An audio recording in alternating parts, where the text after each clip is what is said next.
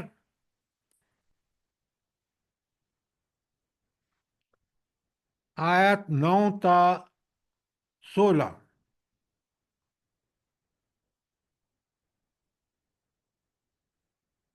ایک پوری صورت ہے اس نام سے، نوح علیہ السلام کے نام سے، اس کا نمبر کیا ہے؟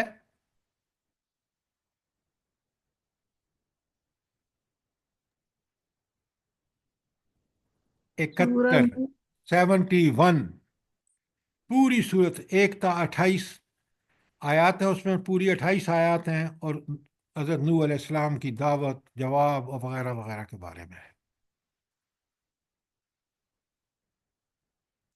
اب آپ کے پاس پورے قرآن میں نوح علیہ السلام کے بارے میں جہاں جہاں ذکر ہے وہ سب آپ کے پاس آ گیا ہے، اور آج آپ کو پہلے میں بتا چکا ہوں کہ موسیٰ علیہ السلام اور فرعون کے حوالے سے جو سارے حوالے ہیں قرآن کے وہ آپ کے پاس ہیں۔ انشاءاللہ آئندہ کوشش کریں گے کہ آپ کو جس قوم کا ذکر ہو قرآن میں کہاں کہاں آیا ہے وہ سب آپ کو بتا دیا جائے۔ بات سمجھ آئی ہے کہ نہیں آئی آپ کو؟ جزاک اللہ سر جی، یہ صحیح ہے بالکل، جہاں جہاں ذکر آیا ہے تو وہ ہمیں زیادہ معلومات ہو جاتی ہے، آیات لکھنے سے جوڑ لیں گے پھر ہم۔ اب یہ آپ کا کام ہے، آدھا کام ہم نے کر دیا، آدھا آپ نے خود کرنا ہے۔ جی سر جی، انشاءاللہ۔ قرآن کو پڑھنا اسی طرح چاہیے۔ تو آج ہم نے آیت 37 کر لی ہے، کل انشاءاللہ آیت 38 کریں گے، ٹھیک ہے؟ جی سر جی، قوم انشاءاللہ۔ عاد اور قوم سمود اور اصحاب الرس تینوں انشاءاللہ میں کل آپ کو بتاؤں گا، ٹھیک ہے؟ انشاءاللہ۔ کوئی ایسی تجویز جو آپ سمجھتے ہوں کہ کوئی چیز تشنہ رہ جاتی ہے مجھے بتائیں تاکہ میں اس کا بھی اہتمام کروں۔ سر یہ میں نے ایک چیز پوچھنی تھی، جو آیت نمبر 34 ہے، اس میں مکانن سے مراد یہاں پر موقع پہ ہے؟ دیکھیں، شر مکانم بری جگہ، برا ٹھکانہ، اور برا ٹھکانہ ان کا برا موقف تھا۔ موقف کیا تھا؟ کہ نبی کو انکار کرو اور اس کو زج کرو۔ شر و مکانم کو ذرا پوری طرح سمجھیں آیت کے کانٹیکسٹ میں۔ اب بات سمجھ آئی ہے کہ نہیں؟ جی سر۔ جلدی بتائیں۔ جی سر، الحمدللہ۔ آیت نمبر 33 میں بمثل لا یاتونک بمثل، آیت نمبر 33 میں کیا ہے؟ لا یاتونک بمثل، بمثل سے کی وضاحت کر دیجیے۔ آیت نمبر 33 میں بمثل، ولا یاتونک بمثل، وہ اس کی بمثل، مثال جی لا یاتونک بمثل، بے میں نے ساتھ مسئلے، وہ اس کی مثال نہیں لے کے آ سکتے۔ جی یہ مثال کی پوچھ رہی ہوں، جی مثال کے بارے میں پوچھ رہی ہوں۔ ہاں، دیکھیں میری بات سنیں، قرآن ہر بات کی مثال اور دلیل لے کے آتا ہے۔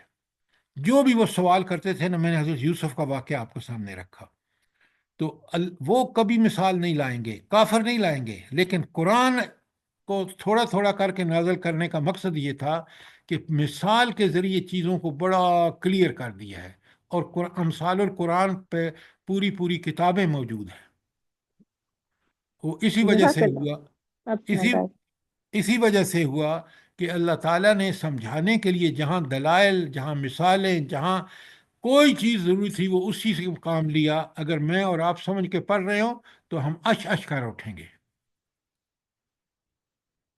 بات کلیئر ہے؟ جزاک اللہ جی۔ اور کوئی سوال؟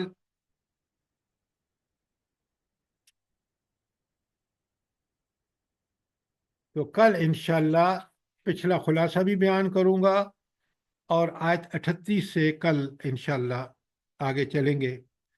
آپ بھی انشاءاللہ سر.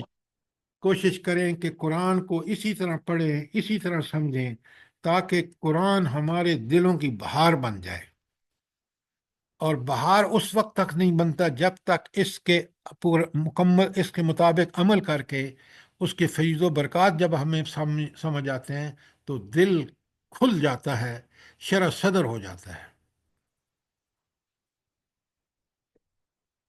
اللہ پاک توفیق دے ہم لوگوں کو سب کو جو آپ سے جڑے ہوئے اور تمام دنیا کے مسلمانوں کو اسی طرح سمجھنے کی اور عمل کی توفیق دے.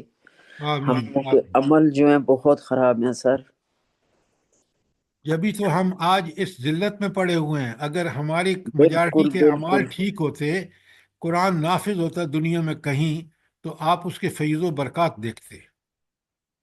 بالکل سر. اللہ پاک معاف کرے ہم لوگوں کو اور ہم لوگوں کے تمام دنیا کے مسلمانوں کو اس ہدایت کے اوپر چلنے کی توفیق دے اور ہم لوگوں کے اولادوں کو.